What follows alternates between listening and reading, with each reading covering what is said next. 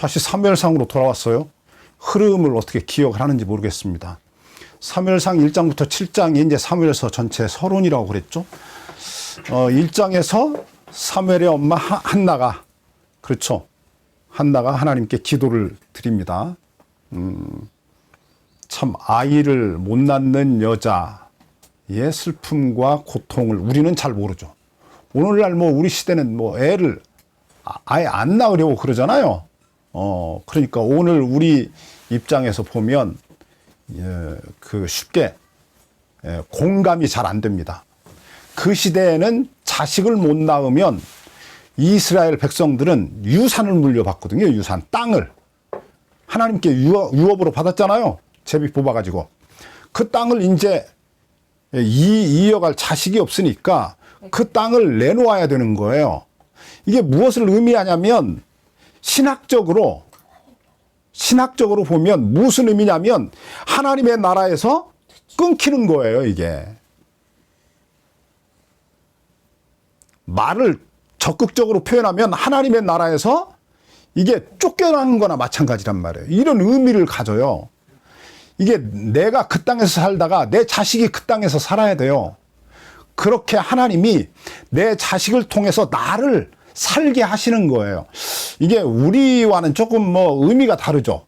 오늘날 우리는 내가 살면 내가 사는 거지, 내가 내 부모가 내 안에서, 우리 조상들이 내 안에서 살고 있다, 뭐 이런 의미는 없잖아요. 이게 무슨 말이냐면 이 땅에 첫 번째로 하나님께 이 땅을 분배받았던 그 조상들이 우리의 부모가 되어서 우리와 함께 살고 있는 거예요. 그러니까 내가 만약에 내 대에서 대가 끊기면 내가 이 땅에서 쫓겨나는 거고 우리 조상들이 다 쫓겨나는 거나 마찬가지야. 그런 의미가 있다고. 그러니까 이건 굉장히 절실한 거예요. 뭐 자식을 낳아도 되고 안 낳아도 되고 이런 문제가 아니에요. 반드시 자식을 낳아야만 되는 거예요. 왜냐하면 내 조상들까지 다 이 땅에서 쫓겨나는 것이 되어버리니까 그 땅을, 그 나라를 잃어버린다니까. 이 한나라는 여자가 이제 그래서 하나님께 나가서 기도를 드린 거예요. 하나님, 내게도 아들 하나 주시면 내가 그를 하나님께 드리겠다는 거예요. 누구처럼 드리냐면 삼손처럼이 아니라 온전한 삼손으로 하나님께 드리겠다는 거예요. 삼손이 하나님께 지혜와 힘을 얻었잖아요. 이스라엘 나라의 마지막 사사기에 나오는 영웅이에요. 사사. 가장 힘세고 머리 좋고 아주 뭐 지략이 뛰어난 사람이죠. 근데 이 사람이 이게 하나님께 자기를 온전히 헌신해 드리지 못한 나실인이 되어가지고 이게 블레셋 여자에게 빠져가지고는 이게 자기 민족도 구원하지 못하고 심지어 자기는 그들의 노예가 되고 웃음거리가 되었잖아요. 놀이객감이 되었잖아요. 눈이 뽑혀가지고 그들의 신전 안에 있는 맷돌을 굴리면서 죽을 때까지 살다가 만약에 하나님이 그에게 마지막 힘을 주지 않았으면 그 다곤 신전에서 그 다곤 신전 안에 모인 블레셋 사람들이 그들의 신에게, 다곤 신에게, 그들이 믿는 하나님은 다곤이야. 그 다곤 신에게 축제를 드리는 그날에 그 기둥을 무너뜨려 가지고 다 죽었잖아요. 함께. 이런 어떤 글쎄 마지막에 뭔가 하나님께 헌신했다고 해야 하나 그게 옳은지 아니면 그냥 그럼에도 불구하고 참 장렬하게 최후를 마쳤다 이렇게 봐야 되는 건지는 모르지만 어쨌든 그냥 패배한 사사로 그 생을 마감했단 말이에요. 이게 사사기의 제일 마지막 그림이에요. 마지막 장면이라고. 그러니까 사사기는 이게 패배로 끝난 거예요. 하나님이 이스라엘 백성들을 가나안 땅으로 데려갔음에도 불구하고 그 땅 안에서 이스라엘 백성들은 행복하지 못했다는 거예요. 평화롭지 못했다는 거예요.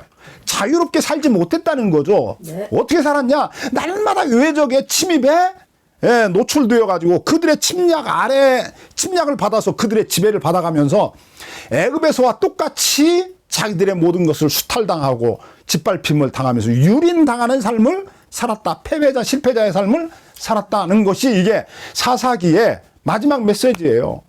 그 다음에 이게 이제 사무엘서가 등장하거든요. 이 사무엘의 엄마 한나가 그런 아픈 자기 민족의 역사를 가슴에 안고 하나님께 울부짖었다는 거 아니에요. 하나님 나에게 아들 하나 주시면 내가 그를 올바로 길러서 온전한 나시린으로 하나님께 드려서 이 나라 이 민족을 구원하는 하나님의 뜻을 이루어 드리는 그런 자식으로 내가 기르겠습니다. 그러니까 나에게 아들만 하나 주세요. 아들 하나 주세요. 기도했더니 하나님이 그에게 아들을 주셨다는 거예요. 그 아들이 7장에서 마침내 블레셋과의 전쟁에서 이스라엘 백성들에게 약 40년 동안의 평화를 가져오는 승리를 안겨주잖아요. 우리가 잘 알고 있는 여호와께서 여기까지 우리를 도우셨다. 에벤에셀이라고 하는 그 지역에다가 돌을 하나 세워놓고 그 지역의 이름을 에벤에셀이라고 이름을 붙였잖아요. 원래 그 땅에 이름이 있었어요. 근데 그 땅 이름을 새로 바꾼 거예요. 하나님이 여기까지 우리를 도우셨다. 라고 하는 비석을 세워놓고 이스라엘 백성들에게 경계를 삼은 거예요. 너희가 기억하라는 거지. 어떻게 우리의 선조들은 이 땅에 들어와서 실패한 삶을 살았는데 우리는 지금 평화를 누리며 하나님께서 우리에게 이 땅에서 안겨주시려고 했던 그 축복을 받아 누리고 있는가? 왜 그랬어요? 회개하고 돌아왔잖아요. 회개하고 돌아왔잖아요. 미스바에서 대성회를 열고 금식하며 하나님께 돌아왔잖아요. 그 결과 하나님께서 그 땅에 승리를 주셨잖아요. 그래서 블레셋 사람에게 빼앗겼던 모든 성읍과 땅을 다 찾고 그리고 블레셋 사람들이 이스라엘 백성들에게 다시는 침략해 오지 못하도록 하나님이 이 손으로 블레셋 사람들을 막아서 그 땅에 샬롬이 오게 했다. 이게 이제 7장의 이야기란 말이에요. 근데 이제 그때 이제 이 8장 그 다음에 오는 8장에서 이 사무엘이 나이가 늙어가니까 그의 아들들이 사사가 되어서 이스라엘 나라를 다스리는데 이놈들이 돈을 좋아했다. 그래서 자꾸 뇌물을 받고 이게 재판을 하니까 억울한 백성들이 많이 생겨나고 그래서 이게 백성들이 하나님께 한숨을 쉬고 막 이랬다는 거죠. 막 탄식을 하며 울부짖었다는 거지. 그러니까 이제 이스라엘 나라에 유력한 장로들이 나와가지고 유력하다는 말은 힘이 있다 그 말이에요. 저 사울의 아버지도 유력자라고 그러잖아요. 이게 유력자라는 말이 뭐라고 해야 돼? 그 이스라엘 나라의 어떤 주류 세력인 거지. 주류 세력. 힘을 가지고 이스라엘 나라를 떠받치는 어떤 왕과 거의 버금가는 부족의 장들 이런 사람들이에요. 그런 부족의 장들은 이제 정치 지도자잖아. 작게 보면 자기 지파에서 이런 사람들. 그러니까 이제 12지파니까 12지파의 유력자들이 있었겠지. 그렇잖아요. 이런 사람들이 그 사무엘에게 와서 왕을 우리에게도 달라고 요구하게 했다는 거예요. 누구를 통해서? 백성들을 충동질해가지고 야 너희들 저 사무엘에 가서 우리에게도 왕을 달라고 해. 막 이렇게 이제 충동질했다는 거지. 그 왕이 생기면 그럼 이제 우리가 저 블레셋과 또다시 전쟁할 때 어떻게 해야 돼요? 왕이 우리를 대신해서 나가서 앞장서서 싸워서 우리를 블레셋의 손에서 이게 구원해내고 보호해주고 이럴 수 있는 힘이 세고 싸움을 잘하고 지혜가 있고 용맹한 왕을 우리에게 달라고 요구해라 라고 했다는 거예요. 그런데 이 유력자들이 실제로 요구했던 건 그들이 마음속에 품었던 건 뭐냐면 이게 왕과 함께 자기들도 권력을 분담해서 나누어 가지고 자기들도 이게 저 법 위에서 살아가는 삶을 꿈꿨다는 거예요. 근데 이 백성들이 늘 그래요. 모든 시대의 백성들이 깨어나는 게 쉽지가 않아요. 모든 사람의 마음 속에 참 안타깝지. 가난한 사람들, 이제 소위 말하는 주류 세력이 아니고 가난한 사람들이 마음속으로 늘 동경을 한대요. 뭐를 동경하냐면 잘 사는 사람들, 소위 말하는 부자들을 부러워한다는 거예요. 그러면서 꿈꾸고 은근히 그들 편에 선다는 거예요. 그래서 누구의 편이 안 되냐면 약자의 편에 서지 않는 거예요. 그러니까 우리나라에서도 이게 이제 김대중 대통령 이후에 이제 민주 정부가 드디어 들어섰잖아요. 그럼에도 불구하고 누구를 자꾸 대통령을 뽑냐면 저쪽 사람들을 뽑는 거예요. 여러분, 저 힘 있는 사람들 있잖아요. 저 윤석열과 그 패거리당, 국민의 짐 덩어리인 사람들. 그 사람들 당명은 바꾸지만 예로부터 이렇게 쭉 더듬어 올라가면 그 제일 윗자리에 누가 있냐면 박정희가 있잖아요. 공화당. 공화당 그 박정희가 있잖아요. 그 명맥을 쭉 이어오거든. 그러니까 그들의 마음 속에, 그들의 뇌리 속에 뭐가 있냐면 우리는 법 위에 군림하는 사람이다라고 하는 의식이 있는 거예요. 그러니까 그들은 절대로 권력을 잡으면 국민들을 편안하게 안 해요. 국민들에게 유리한, 대부분의 국민들에게 유리한 정책을 펴지 않아요. 윤석열이 대통령 돼가지고 세금 많이 깎아줬잖아요. 누구 세금 깎아줬는지 아세요? 부자들 세금 깎아주잖아요. 저 법인세를 깎아줘가지고 OECD 평균보다 더 낮아요. OECD 평균이 뭐 25%인가 그런데 우리나라는 22%인가 그래요. 이게 삼성전자 같은 회사가 1%면 얼마나 많은 돈인지 아세요? 근데 이 부자들의 세금을 자꾸 깎아줘요. 그리고 장사들은 올려주고.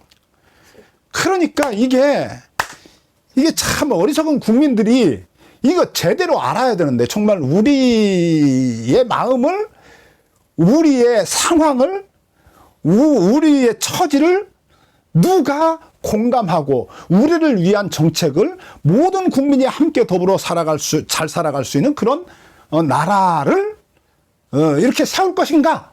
누가 그런 나라로 우리나라를 이끌어 갈 것인가? 발전시킬 것인가를 생각해야 되는데 이 힘없는 알거지들이 저들 편에 선다니까. 그래서 이게 어려운 거예요. 자, 보세요. 이스라엘 나라도 똑같아요. 그런 배경이 있는 거예요. 자, 권력자들이, 유력자들이 왜 백성들을 충동질해서 사무엘에게 왕을 달라고 했느냐. 표면적으로는 이게 당신이 이제 늙었고, 그렇잖아요. 당신이 우리나라를 돌보지 않으면 이제 블레셋 사람이 쳐들어왔을 때 누가 우리를 대신해서 싸우겠냐는 거예요. 누가 싸워요? 이제 사무엘은 늙었는데. 그렇잖아요. 그 아들은 부패했는데. 그 아들들은 부패한 정치인이 됐잖아요. 돈을 탐하는.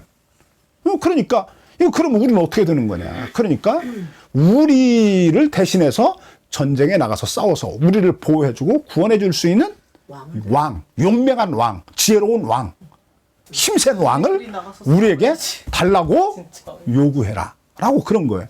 그러면서 내면적으로는 무슨 생각을 했냐면 그 왕과 우리는 권력을 분점해서 나누어 갖고 우리는 법 위에서 왕족과 같은 삶을 살겠다라고 하는 꿈을 꾸고 있는 거예요. 그런데 백성들이 그걸 몰라요. 백성들은 부자들이 지금 속으로 무슨 생각하면서 자기들에게 사무엘에 가서 왕을 달라고 하라고 충동질하는지를 몰라. 언제든지 그래. 예수님 죽일 때도 그렇잖아. 예수님 십자가에 못 박아 죽일 때도요. 누가 막 그 예수님 십자가에 못 박으라고 그랬냐면 예수님이 고쳐줬던 병자들이 가서 그런 거예요. 예수님께 고침받았던 사람들이 나를 안진뱅이였는데 나를 고쳐줬으면 이제 이제부터 뭐도 줘야 돼요. 먹고 살 수 있는 돈도 줘야지. 아하. 지금까지는 안전뱅이로 있으니까 어떻게 했어요?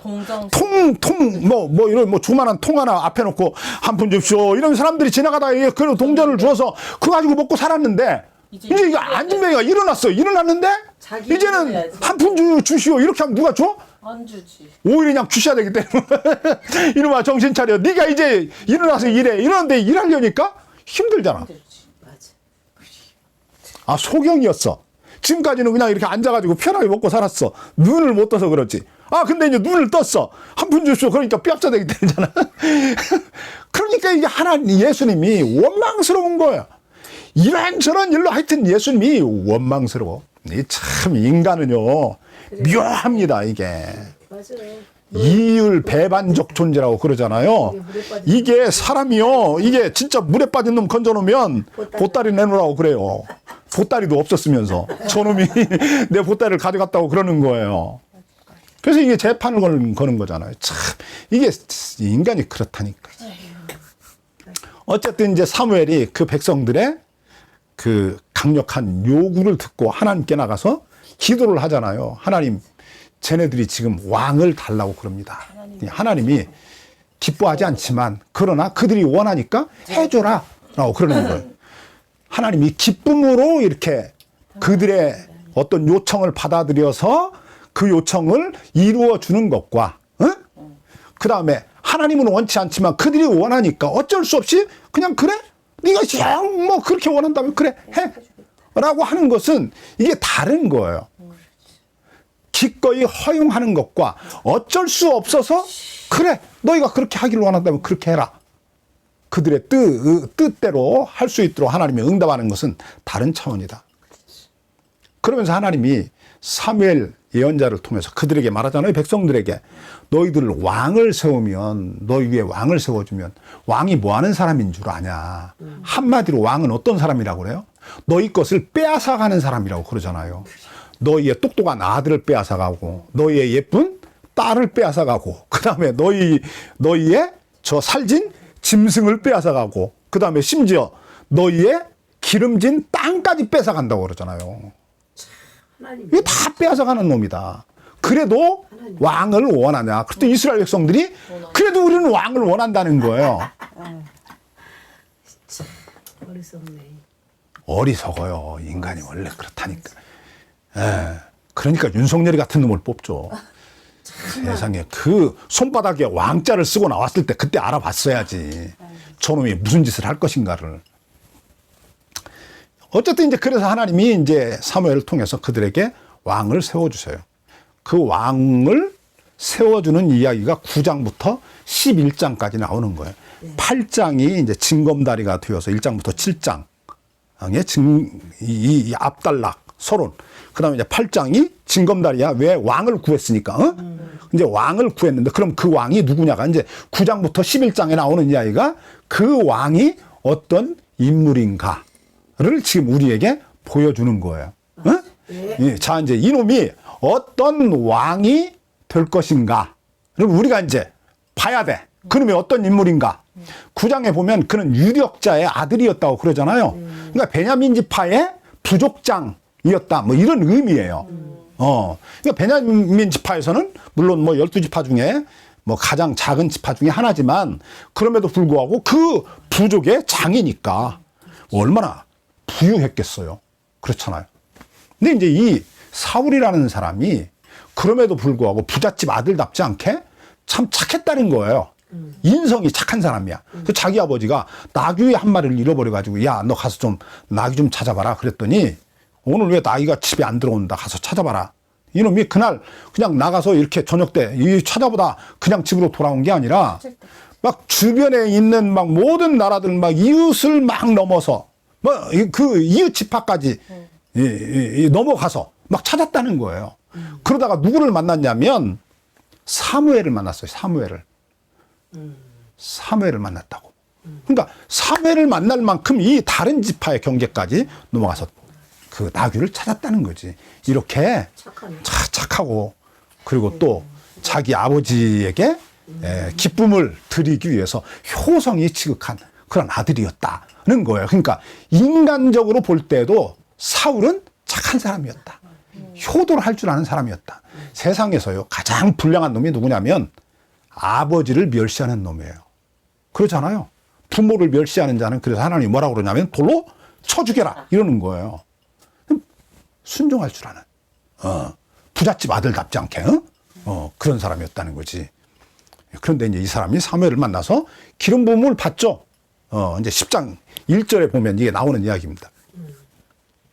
아무도 없는 곳에서 하나님이 그에게 기름을 부어주시고 너를 통해서 하나님이 이스라엘 백성들을 블레셋의 손에서 구원해 주실 것이다. 그리고 이제 기름을 부었더니 그날 이후로 하나님의 성령이 그에게 강하게 임재했다. 그래요. 그래서 이제 그에게 새 마음을 주었다. 그래요. 원래 원판이 착한 사람이야. 그런데 하나님이 그 영을 부어주시고 하나님의 영을 그에게 부어주시고 그에게 새로운 마음을 주셨으니까 그가 하나님의 뜻에 맞는 하나님의 뜻을 이루어 드리기 위해서 왕노릇 할 수 있는 모든 준비를 완벽하게 갖춘 사람이 되었다는 거지. 출발이 좋은 거예요. 그러니까 이게 누구와 비슷하냐면 이 출발은 누구와 비슷하냐면 삼손과 비슷해. 삼손도 처음에는 착했잖아요. 그리고 하나님의 신이 그에게 임하고 또 삼손도 키가 크고 막 힘이 셌잖아. 그런데 이 사울도 그 시대에 그만큼 준수한 자가 이스라엘 나라에 없었다. 그래서 이스라엘 나라에서 가장 키도 크고 이렇게 힘도 세고 그리고 게다가 뭐 외모까지 준수한 그런 소년이었다. 마음도 착하고 더군다나 하나님의 영이 임하고 그러니까 뭐 이거보다 뭐 어떻게 더 훌륭한 왕이 될 만한 사람이 있겠어요. 모든 준비를 완벽하게 갖춘 사람이었어요. 그 사람이 이제 드디어 어떻게 이스라엘 역사 속에서 왕으로 그 이스라엘 백성들의 기대와 어떤 그 꿈, 뭐 희망을 실현해낼 수 있는 왕으로 역사 속에 등장해서 어떻게 활동을 하는가? 이제 오늘 우리가 함께 읽은 11장 말씀에서 그 첫 번째 시금석이 되는 이제 이야기가 나오는 게 11장 이야기입니다. 그러니까 이 11장은 중요해. 이제 지금 앞으로 이 사울이 과연 이스라엘 백성들을 적의 손에서 구원해낼 수 있는가 없는가를 이제 판가름하는 이게 이제 첫 번째 징검다리가 되는 거야. 자, 우리 저 10장 11장 바로 앞에 있는 10장 25절부터 읽겠습니다. 10장 25절. 자, 사무엘이 나라의 제도를 백성에게 말하고 책에 기록하여 여호와 앞에 두고 모든 백성을 각기 집으로 보내매 사울도 기부와 자기 집으로 갈 때 마음이 하나님께 감동된 유력한 자들은 그와 함께 갔다. 그러죠? 그러니까 이제 하나님이 누구의 마음도 이렇게 감동을 하시냐면 이스라엘 나라의 12지파의 부족장들의 마음도 이렇게 감동을 하셨어요. 그랬더니 그들이 사울과 함께 갔다는 거예요. 이게 무엇을 의미하냐면 사울을 하나님이 자기들 위해 왕으로 세우신 사람으로 인정했다는 거예요. 인정했다. 받아들이고 그리고 이제 사울을 왕으로 모시고 하나님이 사울 왕을 통해서 이스라엘 나라에 가져올 구원의 아침을 기다렸다. 뭐 꿈꾸며 기대했다. 이런 이야기예요. 네. 자, 그런데 그 다음에 봅시다. 27절 보죠. 어떤 비류가 가로되 이 사람이 어떻게 우리를 구원하겠느냐 하고 멸시하며 예물을 드리지 아니하니라. 그러나 그는 잠잠하였더라. 자, 봅시다. 여기 비류가 나와요. 비류. 이 비자가 한문으로 보면 이게 입구자 있잖아요. 입구자. 예, 이게 오른쪽이 터졌어요.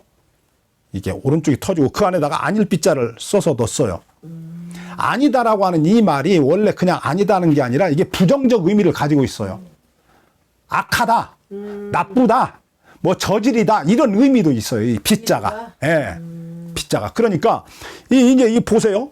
이게 문이 열렸어요. 이 문이 이 집은 문이 닫혀야 돼요.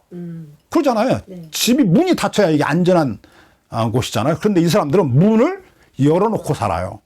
왜 열어놓고 살아요? 남의 것을 가서 빼앗아야 되니까. 그래서 이 비류라고 하는 단어에 대한 우리나라 사전을 보았더니 뭐라고 그랬냐면 무기를 가지고 다른 사람을 해치거나 남의 것을 빼앗는 무리들. 그게 비류구나. 그게 비류예요. 그래서 이제 제가 이제 헬라어 원문 성경을 찾아봤어요. 그랬더니 이 비류라고 하는 단어가 이게 좀 뭔가 정확하게 번역된 단어는 아니었어요. 이 단어와 비슷한 말씀이 어디 있냐면 사무엘상 22장에 가면 22장 가서 봅시다. 1절 2절 보죠. 사무엘상 22장 1절 2절 제가 읽어보겠습니다. 그러므로 다윗이 그곳을 떠나 아둘람 굴로 도망하매 그 형제와 아비의 온 집이 듣고 그리로 내려가서 그에게 이르렀고 그 다음에 뭐라고 말하냐면 환난 당한 모든 자와 빚진 자와 마음이 원통한 자가 다 그에게로 모였고 그는 그 장관이 되었는데 그와 함께한 자가 400명 가량이었더라. 그러죠? 여기 그 다윗이 이제 사울 왕에게 막 쫓겨다니는 거야. 막 쫓겨다니잖아. 쫓겨다니다가 이제 저 블레셋과 이스라엘 나라 그 주변에 근처에 있는 굴이 있어요. 아둘람이라는 굴이 있는데 그리 숨어 들어갔어. 그랬더니 이스라엘 나라에서 누가 왔냐면 그를 따른 사람들이 있었다는 거예요. 그의 아버지와 가족들이 첫 번째로 왔고 그 다음에 누가 왔냐. 이스라엘 나라에서 환난당한 자. 또 그 다음에 빚진 자. 그 다음에 마음이 원통한 자들이 누구에게 왔냐면 다윗에게로 다 모여왔다는 거예요. 그런데 이 사람들과 그 어근이 같은 그러니까 말에 그 어떤 뿌리가 같은 단어가 비류라는 단어예요. 그러니까 이 비류가 우리가 생각하는 뭐 칼을 들고 다니면서 막 남을 막 해코지하고 남의 것을 막 빼앗고 막 이렇게 살아가는 저 마적단 같은 사람들은, 도적대 같은 사람들은 아니었다라는 것을 우리가 알아야 돼요. 네. 그럼 누가 사울왕을 추종했냐라고 물으면 유력자들. 힘 있는. 그렇죠. 힘 있는 사람들. 이 사람들은 처음부터 왕을 요구할 때 어떤 의도가 있었냐면 왕의 권력을 자기들과 분점하기를 원했다고 그랬잖아요. 자기들도 법 위에서 왕과 비슷한 삶을 살아가기를 원했다는 거라고 그랬잖아요. 그죠? 근데 이제 이 비류는 누구냐면 주변인인 거예요. 쫓겨난 사람들. 삶의 뭐라고 그래야 돼? 모퉁이로 내몰리는 사람들. 저 외곽으로 변두리로 내몰리는 사람들은 과연 사울 저 사람이 우리를 구원할 수 있겠어? 왜 그랬을까? 관심이 부자들한테만 그렇지. 그 사람 어느 집 사람이야? 국민의 집. 부잣집 사람이잖아. 부잣집 사람이잖아. 부잣집 사람인데 아무리 저놈이 뭐 착하고 뭐 효도로 한다고 해도 그놈은 가재는 누구 편이야? 그렇지, 가재는 걔 편이지. 초록은 동생이지. 뭐 이런 거지. 이제 이런 마음을 가지고 이게 사울을 배척했다. 그런 의미예요. 그러니까 이 비류라는 말을 나쁘게만 생각하면 안 돼. 저도 예전에는 제가 꼼꼼히 안 찾아봤을 때는 깡패 같은 놈들인가 보다 그랬어요. 그게 아니라 우리들의 사정을 저 사람은 모르잖아. 그렇지. 우리가 어떻게 하루하루 삶을 살아가는지 모르잖아요, 저 사람이. 그렇지. 우리가 하루 가게 문을 열어놓고 손님 하나를 기다릴 때 우리의 심정이 어떤지를 저 사람은 모르잖아. 모르죠. 부잣집에서 태어나서. 모르지. 이 금수저 물고 태어나서. 이렇게 잘하는 사람이 뭘 알면 뭘 알겠어요, 얼마나. 그러니까 배척했다는 거지. 그렇지. 근데 11장. 자, 그들이, 그 비류들이 했던 말이야. 과연 저 사람이 우리를 구원할 수 있겠는가 그랬는데 11장 봅니다. 자, 이제 빨리 가야 됩니다. 이제 시간이 없습니다. 암몬 사람 나하스가 올라와서 길르앗 야베스를 대하여 진을 쳤다. 이 길르앗 야베스는 이스라엘 나라의 북쪽에 있는 땅이야. 북쪽에 있는 땅이야. 이 이스라엘 나라 북쪽은 요단강에서 보니까 그 땅이 그렇게 비옥한 땅이 아니에요. 그래서 이게 먹고 살기가 어려운 사람들이 모여 사는 땅이야. 그럼에도 불구하고 뭐 이제 땅이 그 거친 만큼 넓은 땅을 이렇게 받았을 거 아니에요. 이제 그래야 공평하니까. 그러니까 이제 뭐 나름대로 뭐 부지런한 사람들은 그 땅에서도 이제 막 열심히 농사를 지으면서 이렇게 양을 기르면서 살아가는 거야. 근데 이제 그 땅으로 누가 침범해 왔냐면 암몬 사람이라고 그래. 암몬이 누구야? 암몬과 모압은 롯의 후예잖아요. 그들이 공격해 온 거예요. 암몬 사람이 공격해 왔다는 말은 모압 사람들도 그들과 연합군을 이어서 함께 왔을 가능성이 많아요. 그러니까 이게 조직된 군대가, 그들은 원래 싸움 잘하는 사람들이거든. 그들이 이제 군대를 몰고 쳐들어온 거야. 그래가지고는 이제 그들을 공격하려고 하니까 이 길르앗 야베스 사람들이 그들의 대표자를 보내서 그들에게 요구했어요. 우리가 당신들에게 굴복하겠다. 그러니까 우리를 해코지하지 마라. 우리가 당신들의 지배를 받겠다. 그랬더니 이 사람들이 뭐라고 그러냐면 오른 눈을 다 빼고 내일 아침에 내 앞으로 와라. 그러면 내가 너희를 살려주겠다. 그렇지, 받아주겠다. 내 노예로 받아주겠다. 이런 거야. 그러면서 이 사람들이 내심 하나님을 모욕했다는 거예요. 그러니까 이 사람들이 이스라엘 백성들에 대하여 뭔가 자격지심이 있어요. 왜 그러냐면 이스라엘 백성들이 우리는 하나님의 자녀라고 그러잖아. 우리만이 하나님의 백성이라고 자꾸 그러잖아. 근데 자기들도 이게 뿌리는 같잖아요, 이게. 그러지. 유다. 그렇지. 아니 아브라함의 조카 롯이니까. 그러니까 이제 아브라함과 뭐 자기들이 뿌리가 같으니까 뭐 좀 이스라엘 백성들이 좀 받아주고 좀 이러면 좋은데 이 배척을 하고 이러니까 그래 너희들이 그렇게 잘났어? 그럼 이제 군대를 조직해서 공격해 온 거야. 길르앗 야베스 사람들이 가서 엎드려서 제발 우리가 당신들의 다스림을 받을 테니까 해코지 좀 하지 말라. 그랬더니 오른 눈을 하나씩 다 빼고 내 앞에 오면 내가 받아들여 줄게. 이러니까 이제 이 사람들이 사람들이 그냥 사람. 이제 그들에게 그렇게 할 수는 없잖아요. 그렇지. 그러니까 그러면 우리에게 여유를 달라. 며칠? 일해 동안 여유를 달라. 그러면 우리가 우리 형제들에게 가서 이야기를 하겠다. 그들이 만약에 우리를 구원할 사람이 없으면 너가 원하는 대로 우리가 다 오른 눈을 빼고 너희의 다스림을 받겠다. 이제 이런 거예요. 그러니까 뭐 이 모압과 암몬 사람들은 무슨 생각을 했냐면 지금 사무엘이 늙었는데 누가 너희를 돌아오게. 그렇지 구원해 줄 수 있겠냐 이제 이런 거예요. 그리고 뭐 무슨 저 부잣집 아들 뭐 시골뜨기 저 누구야 사울이란 놈이 뭐 너희의 왕이 되었다는데 우리가 너는 찜쪄 먹을 수 있지 막 이런 거지. 막 요즘 말로 애들 말로 찜쪄 먹는 게 뭔지 모르죠. 하여튼 막 이제 이러면서 우습게 여기고 공격해 온 거예요. 이 사람들이 사람을 누구에게 보냈냐? 이제 자기들의 사신을 기부하로 보냈어. 기부하에 누가 살아? 사울이 살고 있는 거야. 그랬더니 이제 그 소식을 기부하 사람들의 이 소식을 들은 아니 저 뭐야 길르앗 야베스 사람들이 그들의 사신이 와서 암몬 사람이 우리에게 쳐들어와서 우리가 모두 다 눈을 빼고 자기에게 오면 받아들여 준다 라고 막 했다는 말을 이렇게 기부하 사람들이 하니까 기부하 사람들이 막 통곡을 하며 울었다는 거예요. 절망하면서. 맞아. 이제 우리는 모두가 다 뭐가 되는 거예요? 노예. 애꾸눈이 되는 거야. 게다가 그들의 노예가 되는 거예요. 이게 얼마나 이게 비참하지. 참 비참해요. 그러니까 막 절망감에 져서 막 울부짖었다는 거야. 큰 소리로 막 통곡이 있었다는 거지. 근데 이제 저 사울이 밭에서 일하다가 이제 돌아오는 길에 그 막 백성들이 울부짖는 소리를 듣고 왜 도대체 이게 무슨 일이냐 들으니까 이제 그 전말을 들었잖아요. 그럼 이 사람이 막 갑자기 우리 자 6절 봅시다. 사울이 이 말을 들을 때 하나님의 신에게 크게 감동되매 그 분노가 크게 일어나서 한 겨리소를 취하여 각을 뜨고 사자의 손으로 그것을 이스라엘 12지파에게 보낸 거예요. 11지파에게 보낸 거지. 소 한 결이면 이제 두 마리잖아. 옛날에는 두 마리가 이렇게 소를 땅을 같이 갈았어요. 소를 이 사람 잡아가지고 찢은 거야. 아주 조각조각 내가지고 12개로 조각을 내가지고 저 사사기에 보면 삼손 있잖아요. 삼손. 맞아. 삼손도 막 사자를 만났는데 막 하나님의 신이 임하니까 사자의 입을 찢어버리잖아. 막 이런 것처럼 이 사람이 막 하나님의 신이 임하니까 힘이 얼마나 세니 막 소를 잡아 뜯었다는 거 아니야? 아니 이거를 조각을 내가지고 11조각을 내서 모든 지파에 다 보내면서 말했다는 거지. 뭐라고? 이 전쟁에 나오지 않는 사람의 모든 손은 내가 이렇게 잡아서 찢어버리겠다.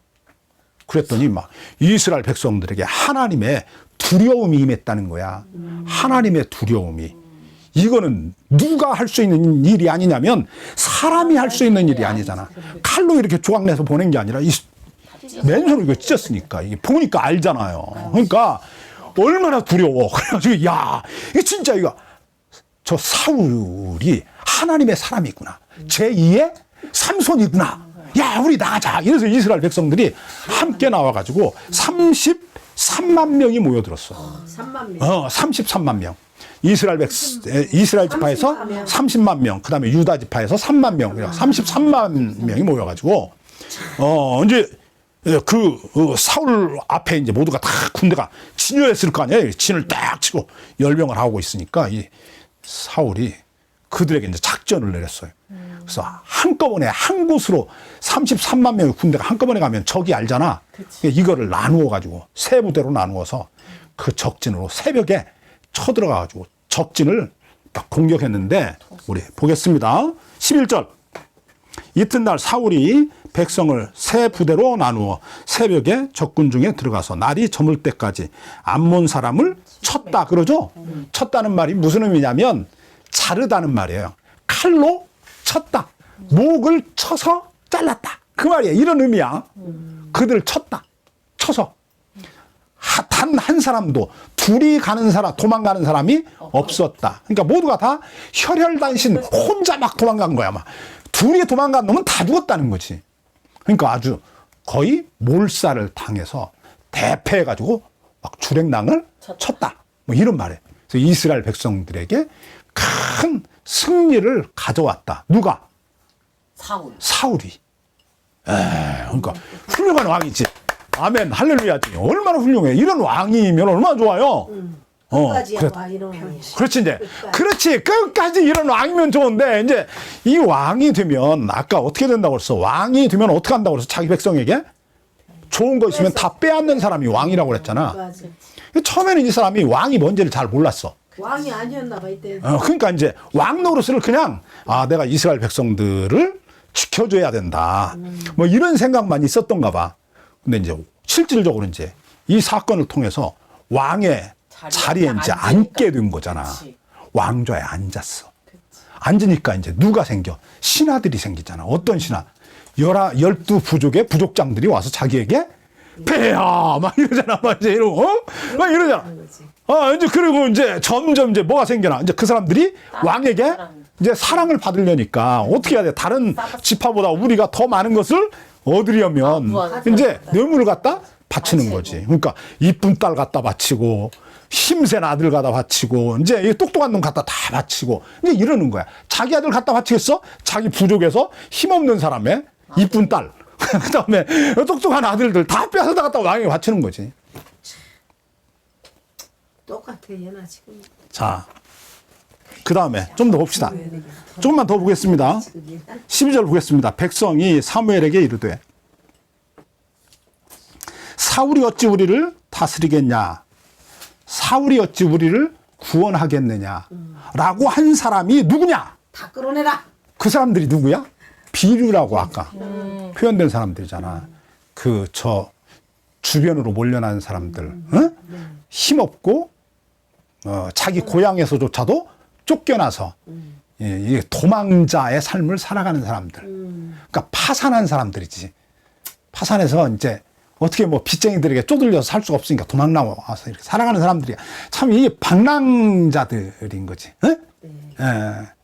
자의에 의해서가 아니라 타의에 의해서 이 주류에서 쫓겨나가지고 이런 사람들 참 불쌍한 사람들이야. 그런 사람들을 이야기하는 거지. 그들이 누구냐?